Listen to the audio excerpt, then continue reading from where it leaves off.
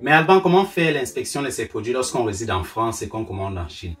Dans cette vidéo, je vais vous décrire en détail ce que vous devez savoir et comment vous pouvez avoir la garantie et la certitude que les produits que vous commandez depuis la Chine arrivent exactement comme décrit par le fournisseur et selon vos recommandations.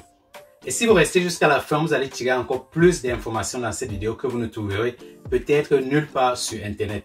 Par exemple, vous saurez exactement la quantité que l'inspecteur va inspecter, le taux de défaut qui est toléré et accepté, et je vais également vous donner les astuces pour économiser de l'argent en payant certains services. Dans cette chaîne, nous parlons d'entrepreneuriat en ligne, mais aussi d'e-commerce. Je suis Alban Degoué, entrepreneur sur le web et je vends sur les plateformes comme Amazon, Etsy et eBay. Dans cette chaîne-ci, je partage mes astuces, mes expériences avec Amazon FBA et je serai très heureux de vous compter parmi les milliers d'abonnés qui ont rejoint la chaîne très récemment. Je poste une vidéo tous les vendredis à partir de 18h heure de France et pour ne pas rater les prochaines vidéos, il ne vous reste qu'à cliquer sur le bouton pour s'abonner et rejoindre les milliers d'abonnés qui bénéficient de mes conseils chaque semaine. Avant de comprendre tous les mécanismes qui se cachent derrière l'inspection, il faut d'abord savoir pourquoi faire l'inspection dans un premier temps. L'inspection en général, c'est une étape que la plupart des personnes vont sauter par ignorance ou juste peut-être parce qu'ils veulent économiser de l'argent. C'est une mauvaise idée tout simplement pour les raisons suivantes. Imaginez un instant que vous avez commandé plusieurs échantillons chez plusieurs fournisseurs différents. D'ailleurs, si vous n'avez pas vu ma vidéo dans laquelle je vous parle des échantillons, pourquoi il est important de commander les échantillons, je vous mets le lien juste ici et le lien se trouve également dans la barre de description. Je vous invite vivement à aller regarder cette vidéo-là. Ça va vous permettre de pouvoir économiser beaucoup d'argent, mais aussi de savoir comment il faut faire la commande d'un échantillon depuis la Chine.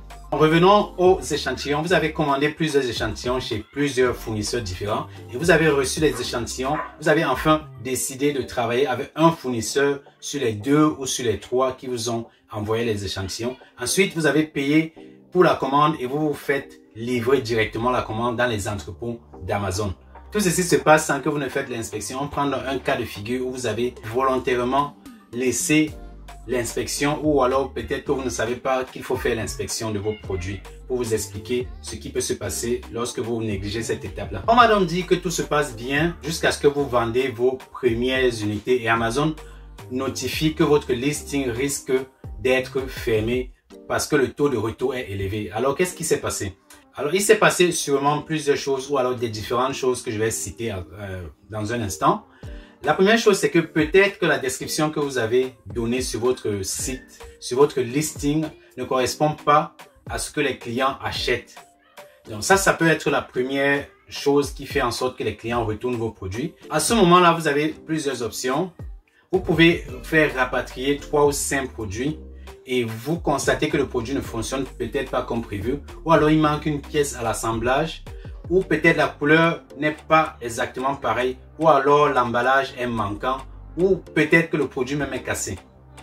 Donc, tout ceci, vous ne pouvez pas le savoir lorsque vous expédiez votre marchandise directement depuis la Chine jusqu'aux entrepôts d'Amazon et sans avoir fait l'inspection. Dans un cas pareil, pour éviter que Amazon suspende votre listing et votre capacité de vendre dans leur site, vous allez perdre beaucoup d'argent, soit en faisant rapatrier tout votre stock de, disons, 200 unités pour le trier vous-même.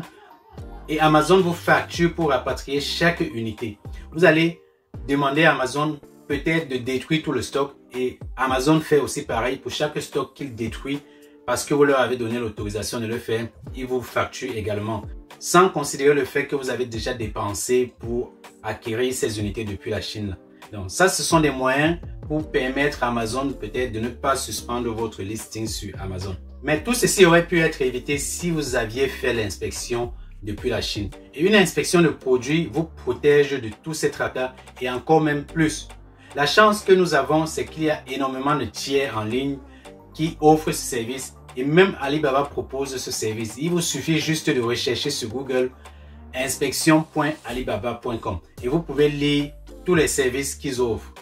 Pas moi-même utiliser Alibaba comme service pour inspection, mais je vous le recommande parce qu'il a l'air très fiable et je suppose que c'est le service le plus utilisé des vendeurs sur Amazon. Comment faire donc pour faire inspecter ces produits? Qu'est-ce que vous devez savoir exactement avant de payer pour un service d'inspection? La première chose à savoir, c'est que vous pouvez tout inspecter. Ça, c'est intéressant à savoir, n'est-ce pas? Que ce soit le fournisseur. En parlant du fournisseur, je parle ici de son local, de ses usines, de son adresse, de ses entrepôts, etc. Alibaba fait déjà une partie de ce travail gratuitement pour vous. Et si vous naviguez dans le site d'Alibaba, vous verrez les fournisseurs qui ont le badge Verified Supplier. C'est ceux qui ont passé le test de vérification, que ce soit par SGS, Bureau Veritas ou un autre service d'inspection. Vous pouvez trouver un rapport dans la page du fournisseur si vous allez en bas de la page de son profil. Mais si vous voulez avoir le cœur net et qu'il y a un aspect qui vous échappe, vous pouvez toujours demander à faire une inspection pour vérifier tout cela. La deuxième chose qu'on peut vérifier, c'est la procédure de fabrication de votre commande, des produits de votre commande, bien entendu. Si vous commandez un produit qui est peut-être complexe ou un produit que vous innovez et qui ne se trouve pas encore sur le marché, vous aurez peut-être le cœur net si vous envoyez des fournisseurs, je veux dire des inspecteurs, aller vérifier toute la production de votre marchandise. On vous enverra des inspecteurs pour vérifier que tout se passe bien avec la production de votre marchandise. Dans ce cas de figure, vous allez donc payer pour qu'ils passent régulièrement dans les usines. On va dire entre 2 à 3 fois pendant les différentes phases de fabrication. La première phase peut être pendant la production des différentes parties, proprement dites, les différentes parties du produit. La deuxième phase peut être par exemple la gravure du logo ou l'impression. Et la troisième phase peut être l'assemblage ou l'emballage. Donc, durant toutes ces phases-là, vous aurez besoin d'inspecter la production. Un moyen très efficace et moins cher, c'est de faire d'avoir une très bonne communication avec votre agent commercial. Au départ, vous vous mettez d'accord qu'il vous envoie à chaque étape de la production des vidéos et des photos. C'est une stratégie assez puissante parce que le fournisseur va vous dire, même avant que vous ne demandez s'il y a un problème avec la production. Il vous dira ensuite si ça va prendre encore plus de temps et il vous donnera aussi bien d'autres informations qui vous seront utiles. Troisième chose et la plus connue de toutes, c'est faire l'inspection de son produit. C'est ce que tout le monde fait généralement. Les deux premières inspections dont je vous ai parlé qui sont l'inspection de la production et l'inspection des usines. La plupart des personnes ne font pas ces inspections-là parce que généralement, la première partie est faite par Alibaba et la deuxième partie, comme je le disais il y a un instant, vous pouvez vous entendre avec votre fournisseur pour qu'il vous envoie les photos et les vidéos de toute la production, des différentes phases de la production. Mais avec cette troisième partie, c'est l'inspection qui est la plus répandue et je vais vous donner donc en détail ce que vous devez savoir sur cette inspection de produit. Alors, en ce qui concerne l'inspection du produit, les inspecteurs sont assez regardants surtout selon un certain standard qu'on appelle le AQL. Le AQL veut dire Acceptance Quality Limit. En français, ça veut dire la limite de qualité d'acceptation. Et il définit le niveau de qualité qui est le pire tolérable. Il se base sur plusieurs critères qui sont le nombre maximum d'unités à faire inspecter, le taux de défaut qui est défini à 3 échelles différentes. On a les défauts qui sont critiques, les défauts majeurs et les défauts mineurs. Généralement, le nombre d'inspecteurs que vous envoyez pour vérifier va varier aussi en fonction de l'inspection que vous choisissez et de la quantité du lot qui est à inspecter. Il y a 3 niveaux standards qui vont déterminer les qualités à faire inspecter. Le niveau 1, le niveau 2 et le niveau 3. Le niveau 1 étant le plus bas et le niveau 3 étant le plus élevé. Je vais donc prendre un exemple pour vous expliquer à peu près comment ça fonctionne. Si vous avez commandé 1000 produits et que vous voulez faire l'inspection de ces produits-là, si vous choisissez le niveau 1, qui sera bien sûr le moins cher, l'inspecteur va aller sur place pour vérifier seulement 32 unités sur les 1000. Et si vous choisissez le niveau 3, il ira plutôt pour vérifier entre 100 et 125 produits. Donc c'est ça la différence des niveaux. Le niveau 1 étant le moins cher, l'inspecteur vérifie très peu. Le niveau 3 étant le plus cher, il va vérifier une grosse quantité. Les quantités d'échantillons à faire inspecter varient en fonction de la quantité de votre commande.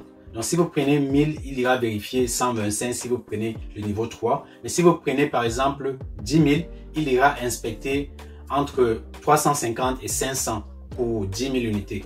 Alors vous vous demandez sûrement, mais Alban, comment faire pour savoir quelle est la quantité exacte que l'inspecteur ira vérifier sur place? Il n'y a pas une règle pour savoir exactement combien d'échantillons sont pris au hasard, mais il y a un tableau qui peut vous aider à connaître la moyenne en fonction du niveau que vous allez choisir. Il suffit d'aller sur Google et de chercher EQL Calculator. Vous entrez votre quantité, vous sélectionnez le niveau d'inspection et vous aurez la moyenne des échantillons qui seront passés au test. Puis on distingue souvent 3 types de défauts et leurs limites de tolérance qui sont 0% pour les défauts critiques, c'est-à-dire totalement inacceptables. Un défaut critique signifie qu'un utilisateur peut être blessé, peut-être par le produit, ou alors le produit n'a pas respecté certaines réglementations. Donc la tolérance est de 0% sur le produit inspecté. Après le 0%, on a ensuite 2,5% de tolérance pour les défauts majeurs. Les 2,5% représentent ici les produits qui ne seraient généralement pas considérés comme acceptables par l'utilisateur final. Par exemple, comme trouver un chevet dans le produit. Ça, c'est une tolérance à 2,5%. Et enfin, on a 4% de tolérance pour les défauts mineurs. Ça peut être par exemple un léger trait dégratineux sur le produit, mais qui peut être facilement négligé par l'utilisateur final. Le standard ici pour faire inspecter les produits généralement, c'est le AQL 2,5%/4,0%. Et tout ceci encore en fonction de la quantité de votre produit. Donc je vais prendre un petit exemple pour pouvoir vous illustrer ça. Si vous commandez 1000 produits et que vous prenez le niveau 3, lorsque vous allez envoyer votre inspecteur faire l'inspection des produits, vous lui communiquez en fait le standard que vous voulez et le niveau. C'est-à-dire le standard est de 2,5/4.0 et vous lui demandez de faire par exemple le niveau 3. Il va donc aller inspecter 125 produits.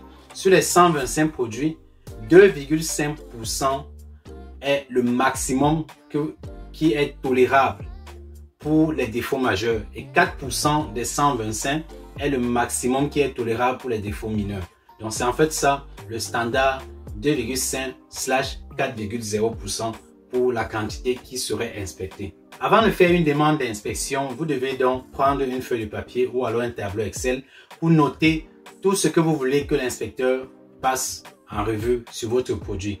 Et pour savoir exactement ce qui devrait être inspecté sur le produit, vous avez soit une astuce que je communique généralement dans mes formations, dans mes coachings, c'est de voir directement les défauts que rencontrent certains autres vendeurs sur ce produit-là. Vous les notez et vous demandez à l'inspecteur d'aller sur place et de vérifier que votre produit ne rencontre pas ces mêmes défauts.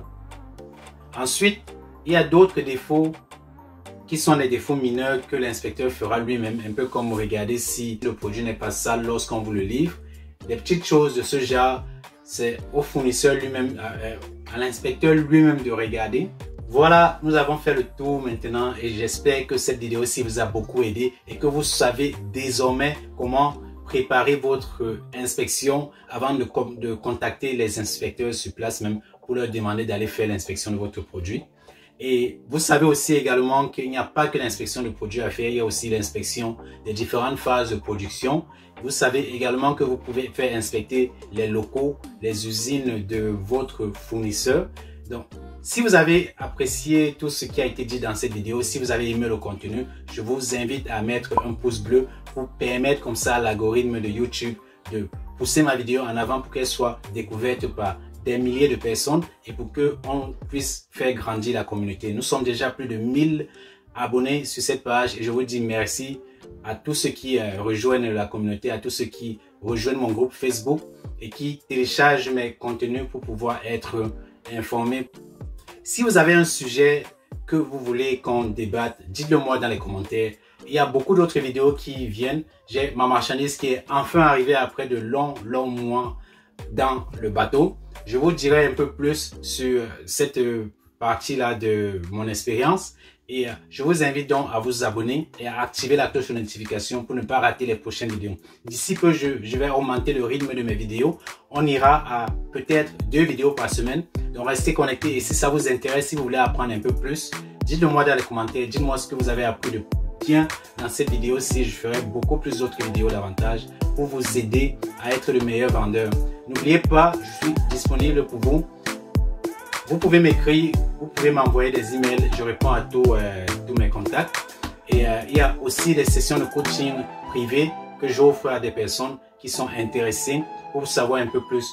Ne manquez surtout pas et surtout, merci d'avoir regardé cette vidéo jusqu'à la fin. Et sur ces mots, je vous souhaite le meilleur et je vous donne rendez-vous vendredi prochain à la même heure, 18 h. On est ensemble.